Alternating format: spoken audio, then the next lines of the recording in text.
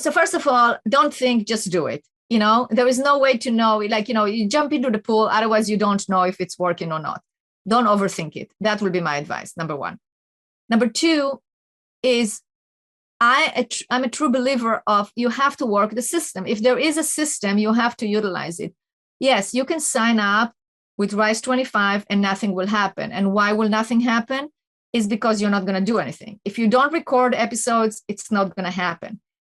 But if you're willing to engage, and John, this is actually somebody interviewed me. I was on somebody else's podcast that was a guest on my podcast. And they asked me, do you take everyone as a client? I said, no. I really, first of all, I have to qualify, why do you want to do that? Why do you want to document your processes and procedures? How are you going to utilize it? And I almost have them convince me like how they're going to use it, right? So you have to have your why of why you want to have a podcast. You have to have a goal in mind. Do you want to do it in order to meet people? Do you want to do it because it sounds cool? You have your own podcast. Is it because you want to be a thought leader in the industry? And that is all things that both you and Jeremy will help them define during the blueprint session. But my advice is commit to the process. Don't fight it. Go with it. Both John and Jeremy know exactly what they're doing, and they have a proven process that if you follow it, you are going to get results. They will help you define who are your best guests.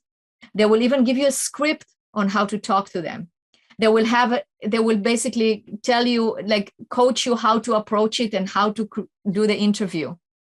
And the other advice I would give is follow the process for follow-up, because that is how you're going to get results. So you follow the process after you've done your podcast interview, then mention the people.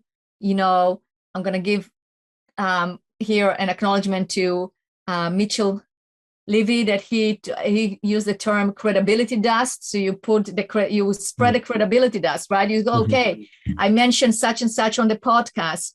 And so you write them an email and say, I just mentioned you on a podcast. Here you go. Go ahead and send it out, on your social media. So you have to do all the follow-up actions, and that will assure your success. You just have to follow the process. And again, this is why I love working with you guys and Rise25, is because you take the guessing out of it, how to create a successful podcast. You give the process, you give the step-by-step, you provide accountability. All you need to do is record your podcast, click record, talk to your guests, upload the episode, the recording, and then everything is being taken care of.